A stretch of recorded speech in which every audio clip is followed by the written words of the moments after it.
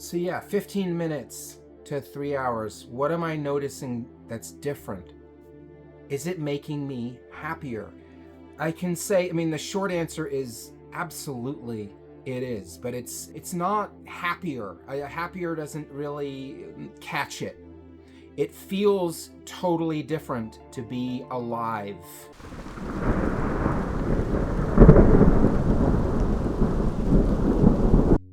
Hey there, my friends. In this video, I want to answer the question, will I become happier if I meditate longer?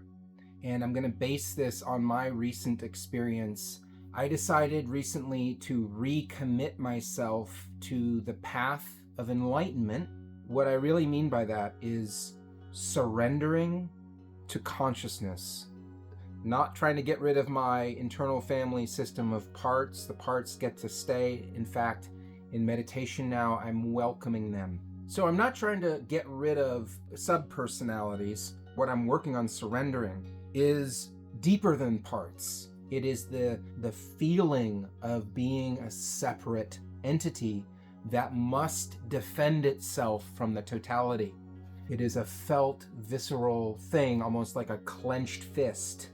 Learning to relax it, let it open up, let it sample the waters of oneness. I've sampled them before. I was given samples. The first one's free, and then you kind of have to earn it.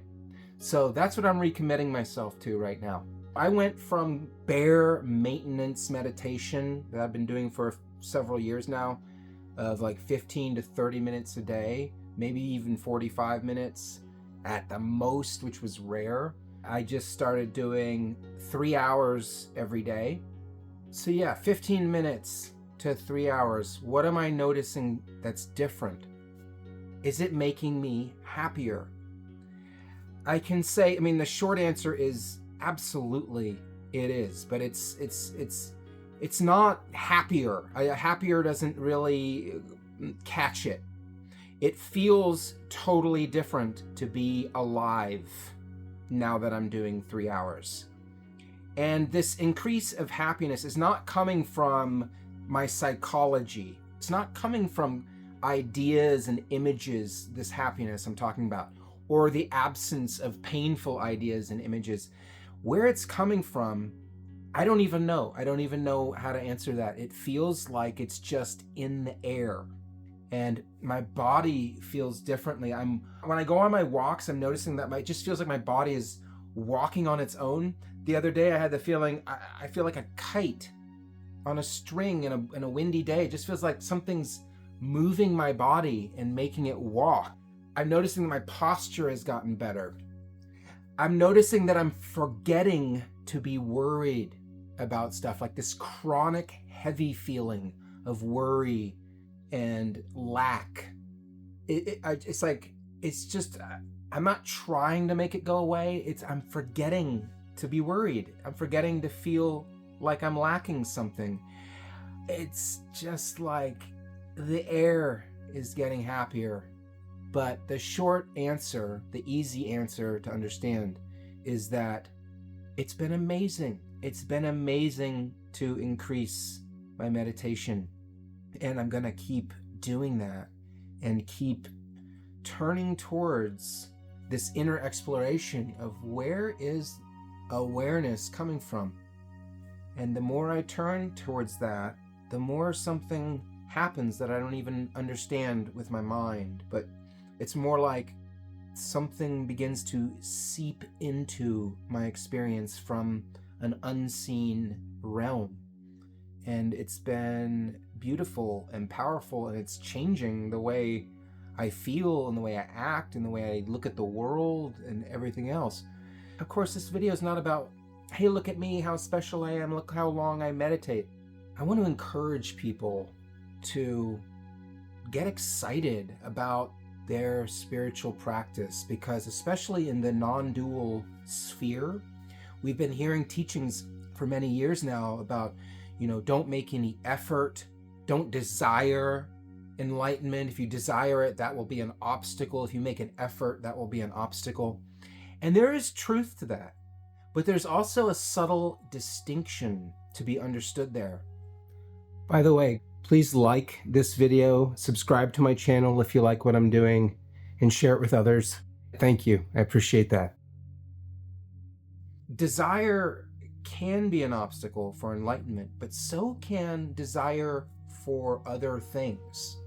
If you are trying to learn how to paint, but your desire to go out and party at the club every night is taking you away from learning how to paint, then the desire to party is an obstacle, right?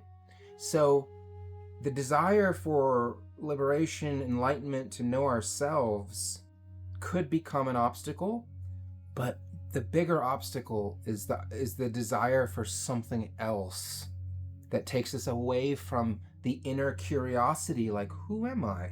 How deep does this thing go? Where is awareness's outer edge? Is there one? Who am I? You know, that exploration comes from love, curiosity, self-interest, and it's a beautiful thing to follow. We're not seeking enlightenment because we have this image of like, we're going to be permanently happy and all of our relationships will be permanently easy and everything will work out great. We'll have abundance and money. That is an obstacle. That kind of imagining enlightenment and then trying to find that imagined thing. We can't find imagined things because imagined things aren't real, right? They exist on the dimension of imagination. They don't exist on this dimension. So in that way, the desire for enlightenment is an obstacle, and letting go of it opens up clarity. But curiosity, interest, love for ourselves, love of the truth, those things are beautiful. And when the time is right, don't worry if you're not ready to meditate 5 hours. You don't need to do what I'm doing. Don't compare yourself to me. I've just reached a point where this is what feels right. I'm not forcing myself to do it. I've reached a point where it's like, what the heck else am I going to do? This is the only thing I want to do. I want to do this. I want to know myself without any limit. And this is me. I get to have that, right? I get to know myself because it's me. You know, if there's one thing I get to know, it should be me. So desire, effort is the exact same way. If we're making an effort because our inner critic is whipping us into, you know, you've got to do this in order to be a good person, in order to be a good yogi, you've got to sit down and meditate for 5 hours. Yeah, that's an obstacle. That kind of effort is an obstacle. But effort that comes from love, that's not an obstacle. It doesn't even feel like effort. When you have a hobby that you love to do, like skiing, for example, that takes a lot of effort, but it doesn't feel like effort because you love it, right? So it's the same thing with effort and desire. There's the imagined effort and desire, which is an obstacle, and then there's the natural radiance or a desire to know ourselves and a love of knowing ourselves that takes us inside, takes us home. And when it's time for that to hit you, it will. But in case there's been a doubt in the way, an obstacle of doubt, maybe you've heard you shouldn't pursue it, and it's just, you know, it's an obstacle if you try to pursue. You know, I want to encourage you to freaking go for it. Being enlightened is your true nature. It is your birthright. Nothing needs to stop you from pursuing that.